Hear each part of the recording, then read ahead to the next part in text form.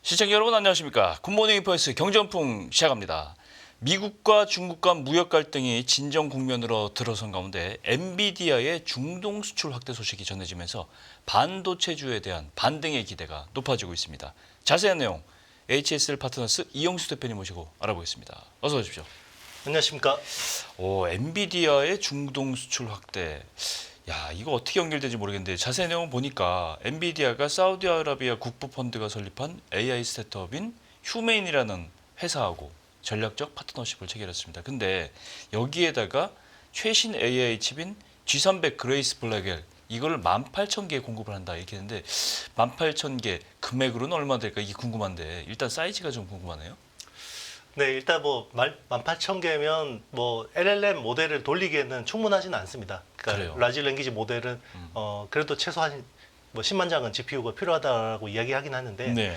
지금 당장 우리나라도 지금 과기부에서 급하게 지금 예산 편성해서 1만 장 확보하겠다라고 이야기하고 있잖아요. 물량이 네. 딸리죠. 근데. 그렇습니다. 그러니까 지금 그만큼 다 GPU가 전 세계적으로 공급 부족인데 예. 이런 쪽을 이제 그 중동 같은 국가들도 다 써버린 AI, 그러니까 자국어 기반의 LLM을 개발하고 싶어 하거든요. 그렇죠. 네, 그런 쪽을 이제 열어주는 거죠. 아하. 네, 그러니까 열어주는 거고 사실 이거는 그 바이든 행정부 때는 약간 그 중동하고 사이가 안 좋았잖아요. 네네. 그래서 그런 쪽을 좀 닫아놨었습니다. 아, 네. 막았는데. 네, 그 컴퓨팅 파워를 제한을 해놨었는데 예, 예. 이번에 이제 트럼프 대통령이 거기에 대한 제재를 풀고 그리고 이제 지금 중국의 매출이 많이 빠지잖아요. 엔비디아가 예. 이번 1분기만 또 H22 팔지 못하게 되면서 55억 달러의 손실이 발생했는데 그거를 충동적으로 돌려주는 맞습니다. 의미가 있군요. 그렇죠. 그러니까 이제 지금 작년 기준으로 보면 한 171억 달러 그러면 전체 매출의 14% 정도 되거든요. 예. 이제 그런 쪽에 매출이 중국에서 빠지니까 이제 그런 쪽을 이제 중동에서 상쇄해주겠다. 뭐 이런 게 어떻게 보면 이제 세일즈맨 트럼프의 이제 역할인 거죠. 그렇군요. 그렇게 되면은 이제 중국에서 빠진 매출을 메꾸기 위해서 중동이라든가 다른 나라들로 확산이 되면 네, 칩이 많이 필요할 거고 앞으로도 맞습니다. 다른 저변의 그 컴퓨터 관련된 반도체 관련된 업체들에 따라서 수요도 연결된 수요도 늘어날 테고 뭐 이런 연결 구조군요. 네, 맞습니다. 엔비디아 주가 좋아지면 SK하이닉스 주가 좋아질 거고 음. 아 이런 영향도 있게 그런 의미군요. 네, 네, 맞습니다. 이거를 두고서 이제 업계에서는 단순하게 이제 공급이라든가 기술 공급 이런 걸 뛰어넘어서 AI 시장 글로벌 주도권을 둘러싼 전략적 파트너십이다. 얘기가 되네요. 방금 그 설명 들으니까. 네, 맞습니다. 어떻게 평가하세요? 그러니까 최근에 오픈 AI라는 회사가 좀 재밌는 걸 발표했어요. 네. 오픈 AI for Countries라고 해서 그러니까 오픈 AI가 지금 그 트럼프 대통령 취임 초반에 스타게이트라는 프로젝트를 발표했잖아요. 맞아요. 그때 4년 동안 5천억 달러를 투자해서 거의 팀 아메리카 거기에 이제 오픈 AI가 주도를 하고 마이크로소프트 들어가고 오라클 들어가고 엔비디아 들어가고 암홀딩스 들어가고 맞아요. 사실상 그 미국에서 AI 제일 잘한다는 회사들 모여서 미국에다가 AI 인프라 투자하겠다 이 이야기를 했잖아요. 예. 요거를 글로벌 확장판으로 만드는 거를 최근에 이제 오픈 AI가 공개를 했는데 그러면 이제 그 AI를 지금 구축하려는 그 국가들의 어떤 그 지금 상황을 한번 체크를 해보면요. LLM을 개발하려면 기본적으로 컴퓨팅 파워가 필요하잖아요. 그렇죠. 네, 엔비디아 GPU 필요하죠. GPP. 그리고 이제 데이터 필요하죠. 데이터 그리고 알고리즘 필요하죠. 네. 근데 중동 같은 나라들은 일단 돈은 있습니다. 그럼 자금에서는 일단 허들 통과하는 거죠. 네. 그 다음에 기술하고 인력인데 음. 없습니다. 음. 당장 우리나라도 사실 우리가 GPU 뭐 2,000장, 3,000장을 연결해서 병렬로 해서 해봤는데 당장 10만 장 만약에 확보한다 그러면 그거 가지고 AI 클러스터 꾸려봐. 그러면 이걸 그 누구도 해본 적이 없는 겁니다. 그렇군요. 그런 것들까지 다 기술 서포트 하겠다라는 거고 그리고 클라우드라는 것 자체가 보안이 굉장히 타이트하거든요. 이게 이번에 뭐 SKT 유심 사태를 보셨겠지만 이게 보안 사태가 엄청 커질 수 있잖아요. 그렇죠. 그러면 이제 AI 그 인프라 쪽도 만약에 보안이나 이런 쪽이 털린다 그러면 데이터나 이런 것들이 굉장히 심각해질 수 있거든요. 그런 것들 다 백업해 주겠다. 그게 이제 미국 입장에서는 약간 우리나라가 뭐 해외 신도시 거의 뭐 프로젝트 단위로 팔듯이 예. 약간 그런 AI 써버린 AI를 그냥 미국 기술로 이렇게 팔겠다 이런 생각 같습니다. 그렇군요. 하드웨어적으로도 그렇고 소프트웨어적으로도 뭐 챗GPT와 관련된 여러 가지 기술들이 그 뭐랄까 그 기반 어떤 모델로 깔리지 않을까 싶기도 맞습니다. 하고. 사실상 SOC처럼 그렇죠. 그렇죠. 네. 이제 모든 테크 기반이 이제 AI가 되기 때문에 이제 그런 것들을 제공해주겠다 이런 글로벌 생각이 같습니다. 생태계를 미국이 장악을 하겠다. 그렇죠. 이제 그 소버린 AI를 하고 싶어하는 니즈는 알잖아요. 그렇죠. 그런데 이제 그 소버린 AI를 기술도 없고 그쵸. 하드웨어도 없으니까. 맞습니다. 그러니까 소버린 AI를 하려는 이유가 결국 미국의 빅테크들로부터 약간 탈피하겠다라는 거잖아요. 너무 네. 의존하기 때문에. 근데 이제 아이러니하게도 이렇게 되면 기술이 없으니까 그렇게 되게 네, 그게 그러니까 간접적으로는 힘들죠. 그 생태계 안에 놔두겠다 이런 생각 같습니다. 그렇군요. 근데 미국 상무부가 성명을 통해서 AI 칩 확산 규정 이게 지금 있는 규정인데 네네. 이거를 폐지하겠다 밝혔습니다.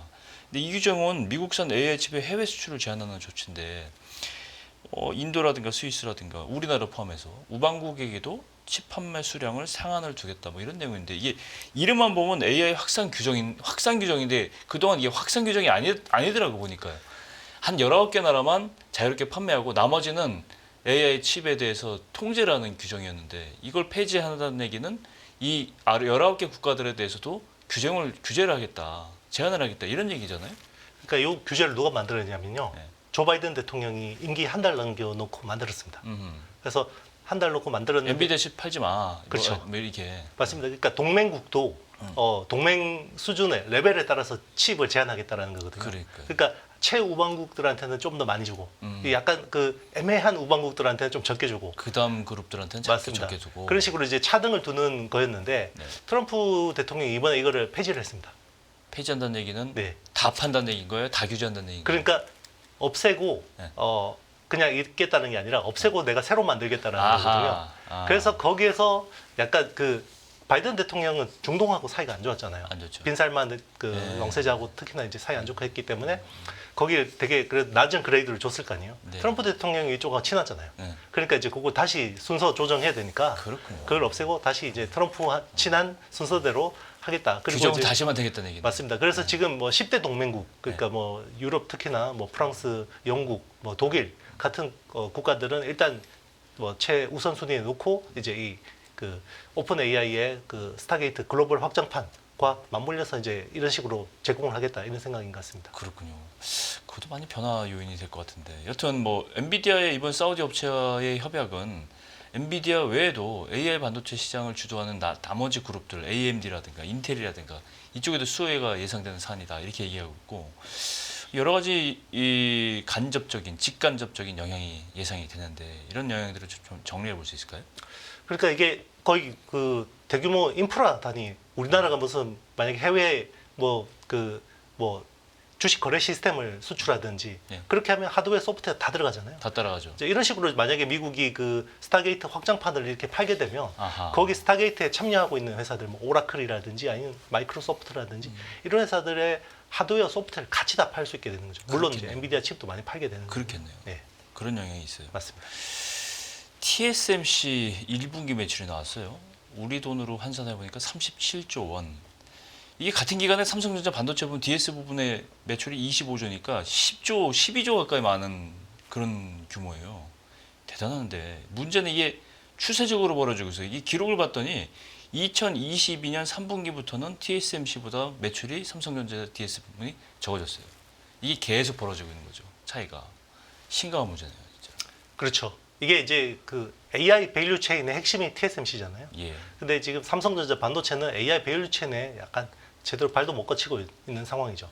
삼성 파운드리가 사실은 AI 가속기를 파운드리를 해야 되는 거고, 그리고 이제 그 AI 가속기에 들어가는 HBM 하이밴드위스 메모리를 또 납품을 해야 되는데 거기도 SK하이닉스한테 밀려가지고 제대로 못하는 상황이고.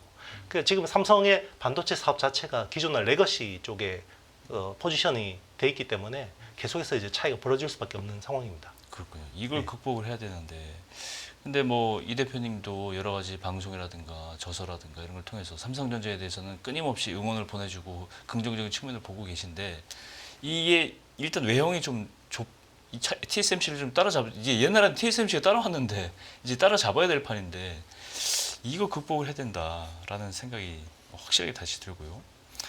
근데 다행인가요? 이 메모리 업계가 일단 관세 영향 때문에 이 영향 때문인지 가격을 올리고 있어요. 가격 올리면 이제 매출에 도움이 될 텐데 삼성전자, SK하이닉스 마이크론이 제일 먼저 이걸 올렸고 가격을 그다음에 그 삼성전자, SK하이닉스도 가격 인상에 동참한 상태인데 이거 실제로 매출에 영향을 줄 수 있을까요? 확실히 도움이 됩니다. 그래서 일단 2분기하고 3분기까지는 확실히 그 우리 당초 예상한 실적보다는 잘 나올 것 같아요. 근데 이제 그러면 4분기는 어떠냐? 4분기가 좀 애매합니다. 왜요? 왜냐하면 지금 이렇게 실적이 잘 나오는 부분, 가격이 올라가는 부분들은 관세 영향이 있거든요. 그러니까요. 그러니까 관세가 지금 90일 유예를 또 받았잖아요. 예. 그 전에 또 재고를 축적하려는 수요들이 있습니다. 그러니까 미리 맞습니다. 선수여들. 연말에 사야 되는 것들 미리 사놓고 그때 또 관세가 어떻게 될지 모르잖아요. 그렇죠. 그리고 내년 초에 사야 될 것도 사놓고 그러니까 이게 관세가 실제로 뭐 완전히 해소되면 모르겠지만 일단 90일 유예식으로 계속해서 한시적으로 이렇게 만약에 제재를 완화한다 그러면 자 이런 그 불확실성들이 계속 될 수 있고 여기는 이제 실수요하고 가수요들 섞여 있다라는 게 굉장히 문제가 될 수 있는 거죠. 그렇겠네요. 예. 미리 땡겨두면 4분기에는 네. 안 사면 그렇죠. 뚝 떨어지는. 수요 절벽이 갑자기 올 수도 있습니다. 그렇죠. 네. 그것도 잘 봐야 될 것 같은데. 물론 실적 때문에 이제 주가 영향이 많이 받으니까 그것도 이제 계산을 해봐야 되겠습니다. 네. 아시아 최대 IT 전시회인 컴퓨텍스 2025 20일부터 열리네요. 나흘간 대만 타이베이에서 젠스낭 역시 이 행사에서 젠스낭 CEO가 나와서 어떤 얘기를 하고 어떤 신기술에 대해서 청사진을 그려줄 수 있을 것인가 이게 이제 궁금한데 올해 관전 포인트 어떻게 보세요? 아무래도 그 재작년보다는 아무래도 관심도가 좀 떨어지긴 할 거예요. 그래요? 그때도 뭐 정말 젠슨왕이 뭐 정말 슈퍼스타였잖아요. 맞아요. 근데 이제 지금 AI 가속기가 어떻게 보면 이제 그 상승 사이클에 어떻게 보면 거의 어떤 한번 이제 지금 고비를 지났고. 네, 맞습니다. 좀 그런 상황이기 때문에 그 관심도 떨어지지만 그 여전히 뭐 그 엔비디아와 TSMC에 대한 관심도는 계속 높을 수밖에 없고 이제 여기서 중요한 건 그거죠. 우리 입장에서는 이제 글로벌 입장에서는 지금 당장 이제 그 블랙웰이라는 칩 자체가 계속해서 노이즈가 있었고 그렇죠. 그러면 이제 이게 루빈이라는 차세대 칩이 제대로 나올 수 있는 거냐? 이게 이제 제일 궁금한 거고요. 우리 입장에서 여기 들어가는 HBM 그러니까 기존의 HBM3에서 HBM4로 전환되는 시점이 제대로 진행될 수 있는 거냐? 아니면 딜레이가 되는 거냐? 이게 또 중요한 거고요. 그리고 이제 소캠이라고 하는 또 새로운 커스텀 메모리 있잖아요. 네. 그러니까 HBM처럼 이제 또 고객 맞춤화된 이런 메모리들이 또 얼마나 확산이 될 수 있을지 중요한 것 같고 애플리케이션 입장에서는 이제 그 AI라는 게 서버 클라우드에서 이제 우리 실생활로 내려오게 되는 거죠. 그래서 뭐 온 디바이스 AI 이런 컨셉에서 보면 이제 휴머노이드 로봇 그리고 이제 자율주행 같은 피지컬 AI에서 어떻게 구현될 거냐. 그렇죠. 네, 그런 것들이 되게 중요한 포인트가 될 것 같습니다. 말씀하셨으니까 그런데 블랙웰은 지금 일단 제품 나오고 있는 거죠? 네, 맞습니다. 나오고 있는데 이제 루빈으로 넘어가는 건 이제 차세대 얘기고 맞습니다. 어디까지 지금 진행되고 있습니까? 이게? 일단 지금 이제 그 블랙웰 그러니까 원래 기존에 B200이었잖아요. B200이고 예, 지금 B300인가요? B300입니다. 네. 이번에 이제 이제 최근부터 이제 B300이 출시가 되고 있는데 B300이 당초 스펙보다는 다운그레이드가 됐어요. 그래요. 예, 다운그레이드가 됐는데 그게 뭐 안 좋은 거라고 생각할 수 있는데 오히려 좋습니다. 왜요? 왜 그러냐면 그 블랙웰 자체가 그 어떤 제조 난이도가 너무 높았어요. 네. 그래서 계속해서 노이즈가 있었거든요. 뭐 발열 문제, 뭐 그 어떤 설계 결함 문제 이런 것들이 있다 보니까 B300도 당초 스펙보다 좀 하향하다 보니까 안정적으로 생산할 수 있게 된 거죠. 아. 그래서 기존의 B200 같은 경우는 그 CPU 한 개에다가 GPU 두 개를 연결해서 쓰는 비앙카 구조를 썼는데요. 예. 이제 B300부터는 CPU 두 개에다가 GPU 네 개인 이제 코델리아 구조로 넘어가려고 했는데 이게 당연히 더 어려울 거 아니에요. 그러니까 이제 요거를 그냥 비앙카 구조로 기존 구조대로 그대로 쓰기로 했고 그리고 이제 그 그레이스라는 CPU 주변에 원래 기존에 LPDDR을 쓰다가 이제 소캠이라는 그 커스텀 메모리를 블랙웰 300부터 쓰기로 했거든요. 예. 그것도 약간 지연시켰습니다. 그래서 이번에 그냥 소캠을 좀 안 쓰고 그 LPDDR로 만들어서 일단 물량을 최대한 뽑아내겠다라는 건데 그럼 왜 그런 전략이 나왔냐? H20이 빠졌잖아요. 그렇죠. 네, 그러니까 H20의 올해 생산 계획이 다 빠졌습니다. 그러면 중국 수출이 금지되니까. 맞습니다. 그럼 다른 쪽에서 메이크업을 해야 되잖아요. 만회를 해야 되는데 그러면 블랙웰 울트라 생산량을 늘려서 올해 이제 매출 목표를 해야 되기 때문에 지금 이제 엔비디아 입장에서는 그런 식으로 이제 밀어내게 하는 건데 그러면 우리 입장에서 어떤 영향이 있냐? H20에 들어가는 그 HBM 용량은 144GB입니다. 네. 근데 블랙웰 울트라에 들어가는 건 192GB예요. 네. 그럼 칩당 48GB가 더 늘어나요. 수요가 늘어나네요. 맞습니다. 반도체 수요가 늘어나요. 맞습니다. 우리 입장에서 그래서 나쁠 건 없는 거예요. 아, 그런 또 메커니즘이. 근데 이게 복잡하게 설명해서 시청자 여러분들도 이제 공부를 좀 하신 분들은 알아듣고 네네. 그렇지 않은 분들은 조금 어려우실 텐데 네. 이제 결국은 쉽게 얘기하면 엔비디아가 공급자 주도의 시장이기 때문에 뭐 블랙엘 200이나 떨어지는 250을 만들 때도 그 쓸 수밖에 없는 거예요 지금 사실은. 맞습니다. 그죠? 쓸 수밖에 없고 그렇죠. 공급자가 많이 공급해주면 좋은 거고 그렇죠. 난이도가 높으면 왜 안 나오지? 기다릴 수밖에 없고 이게 끌려가는 시장이다. 그렇죠. 이렇게 정리를 좀 해보고 맞습니다. 상식적으로 보면 그런 거죠. 여전히 공급자 우위의 시장입니다. 그렇죠. 네. 기술 포럼 TSMC는 또 오늘 기술 포럼을 연다고 하네요. 이게 이 자리에서 1.4 나노미터 공정과 휴머노이드 관련된 계획. 이 요즘 보니까 휴머노이드가 대세인 것 같아요. 또 아이템으로 그렇죠. 보면 여기에 어떤 기술이 접목되고 어떤 AI 기술이 들어가고 어떤 컴퓨터라이징이 들어가는가 뭐 이렇게 요약을 해볼 수 있는데 어떤 내용들을 좀 포커싱을 해야 될까 이게 좀 궁금하네요. 일단 뭐 저는 이제 다 중요한 기술이죠. 지금 산단 공정이 뭐 이제 옹스트롬의 시대로 내려오는 거고요. 네. 이제 1.4나노면 이제 뭐 그동안 3나노, 2나노 그러다가 이제 뭐 1.8나노, 1.4나노 이렇게 이야기하지 않고 나노미터라는 네. 단위를 보니까 10억 분의 1미터예요. 그렇죠. 가늠이 잘 안 되는 점. 이제는 이제 1나노가 10옹스트롬이거든요. 네. 그럼 이제 1.4나노면 14옹스트롬이 되는 거죠. 아하. 그래서 이제 옹스트롬의 세계로 내려오는 거고 또 여기서 이제 그 TSMC가 세계에서 제일 잘하는 게 선단 공정도 잘하는데 네. 그 어드밴스드 패키징이라고 해서 그 후공정을 정말 기깔나게 잘하잖아요. 음흠. 기존에 이야기하는 2.5D 패키징 구조인 네. 코어스, 네. 칩온, 웨이폰, 서브스트레이트라고 하는데 이번에 공개한 게 정말 그 SOX라는 새로운 패키징 기술을 공개를 했어요. 음흠. 그러니까 시스템 온 웨이퍼 시스템 온 웨이퍼. X라는 건데요. 이게 뭐냐? 기존에 그 코어스 칩 단위가 계속 커졌잖아요. 그렇죠. 기존에 그 가로 세로가 80바이 80mm였는데 이제 100바이 100까지 커졌고 120바이 120까지 커지잖아요. 네. 그럼 어디까지 커지냐? 웨이퍼 한 장만큼 커지는 겁니다. 300mm. 이야. 네. 거기를 그냥 패키징 이만한 그 그냥 피자를 한 판 굽는 것처럼 이제 이 한 판에다가 칩 하나가 나오는 거. 그게 SOX라는 컨셉인데요. 여기에는 CPU가 한 16개 들어가고요. 네. 뭐 GPU도 수십 개가 올라가고 네. HBM이 한 70여 개 올라가고 그리고 여기 이거 그러니까 슈퍼컴퓨터에다 쓰는 거예요? 맞습니다. 그러니까 기존의 슈퍼컴퓨터보다 엄청난 한 지금 코어스 대비해서 한 40배 성능이 개선됩니다. 근데 당연히 겁나게 만들기 어렵겠죠. 그리고 어렵죠. 이제 여기서 우리 그 소부장 업체에서 되게 그 반도체 소부장 업계에서 제일 민감하게 받아들이는 게 네. 이게 기판을 없이 구현해 버립니다. 아니 그러니까 마더보드라는 기판이 없이 서브스트레이트 서브스트레이트 없이 네. 그래서 서브스트레이트 리스 기술이에요. 그래서 제일 이제 걱정하던 쪽이 이제 유리기판 쪽이었죠. 예, 유리기판이 없어지면. 소브엑스가 되면 유리기판이 없어지는 거냐? 근데 이게 소브엑스라는 기술이 이게 완전히 모든 기술 잠식하는 건 아니에요. 그러니까 코어스는 코어스대로 발전하면서 그 코어스 안에서 유리기판이 중요해지는 거고 소브엑스는 또 하나 이제 새로운 기판이 없는 네. 제품이 좀 있는 거예요. 맞습니다. 이거는 진짜 초초 슈퍼컴퓨터 이런 데 쓰이는 거라고 보시면 될 것 같습니다. 그렇군요. 네. 굉장히 좀 복잡하게 설명해 주셨지만 이게 기술이 계속 발전하기 때문에 복잡하게 설명하실 수밖에 없는 네, 이거를 내용이에요. 정말 쉽게 설명하려면 한 뭐 몇십 분씩 필요합니다. 기술을 설명하는데. AI나 이런 네. GPU 세계 이런 것들을 네. 제가 책 선전하는 게 아니고 지금 제가 읽고 살짝 이 앞에를 보니까 다 읽지 않았어요. 이영수 대표님 새로 나온 책이 안 나왔는데 네. 아유, 이렇게. 이게 지금 AI 10배거 투자 사실 10배? 네. AI는 어떻게 10배 나오는 종목은 뭔가 이게 사실은 그렇게 제목은 하셨는데 살짝 보니까 이건 그런 책이 아니고 제가 보기에는 지금 현재 나와 있는 AI와 관련된 지금 현재 돌아가는 IT의 패션들을 다 알 수 있는 그런 책입니다. 이 맞습니다. 종합 명인자 같은 책인데 제 AI 10배거 투자 이거 광고 아닙니다. 지금 제가 보고 있는데 이영수 대표님이 굉장히 지금 현재 실제로 돌아가고 있는 상황들에 대해서 자세히 써놨으니까 한번 제가 집에 와서 다 아, 읽어보겠습니다. 네. 감사합니다. 방송 중에 이런 얘기하면 안 되지만 네.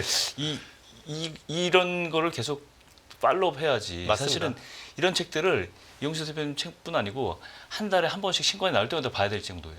맞습니다. 제대로 따라가려면. 워낙 속도 빨라요. 너무 네. 빨라서 이미 한 반년 전 나온 책은 구문이 돼 버렸어요. 그렇죠.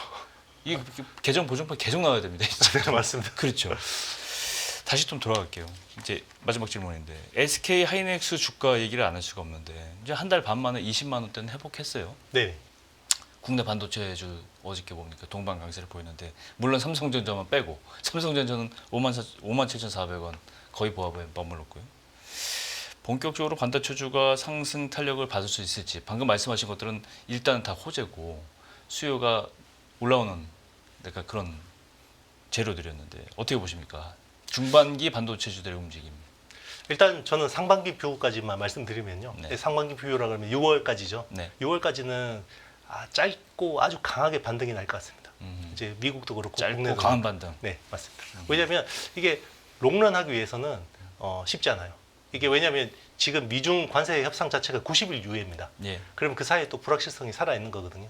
그러니까 그 동안에는 이게 워낙 그 반도체 주들이 많이 눌려 있었기 때문에 그렇죠. 네, 이게 또 정상화되면서 순간적으로 탄력이 튀어오르는 건데 이게 계속해서 롱런을 하려면 불확실성들이 완전히 제거가 돼야 되는데 그거는 쉽지 않을 것 같아요. 관세 유예라는 불확실성이 있고. 맞습니다. 그래서 이제 하반기에는 좀 더 이제 불확실한 부분들이 많긴 하지만 예. 적어도 지금 5월 중순이니까 5월 하순하고 6월까지는 열심히 이제 테크 반도체 쪽에서 수익을 낼 수 있는 기회라고 생각하고 있고요. 하반기는 좀 조심하자라는 뷰가 여전합니다. 그렇군요. 네. 반도체주도 그렇고 네, 소부장주도 마찬가지고. 맞습니다. 관심을 가져야 돼요. 뭐 미국 빅테크들도 마찬가지고요. 혹시 다른 뭐 대표님 유튜브라든가 이런 데서 종목 추천도 하세요? 뭐 그냥 종목 추천은 아니지만 분석은 네, 하세요? 예, 분석은 합니다. 참고해봐야 되겠네. 네. 예, 오늘 HSL 파트너스 이용수 대표님 모시고 엔비디아와 TSMC 그리고 하이닉스 같은 반도체 회사들 동향과 더불어서 업체 전체 동향들 살펴봤습니다. 오늘 말씀 고맙습니다. 네, 감사합니다. 매일 돈을 쓰는데 그 가치는 누가 정할까요? 정답은 슈퍼달러 슈퍼리치에 있습니다. 복잡한 공식은 빼고 투자 타이밍을 잡는 환율의 핵심만 담았습니다. 빠르게 변화하는 금융시장, 그 중심엔 언제나 환율이 있습니다. 오늘부터 환율과 썸 타볼까요?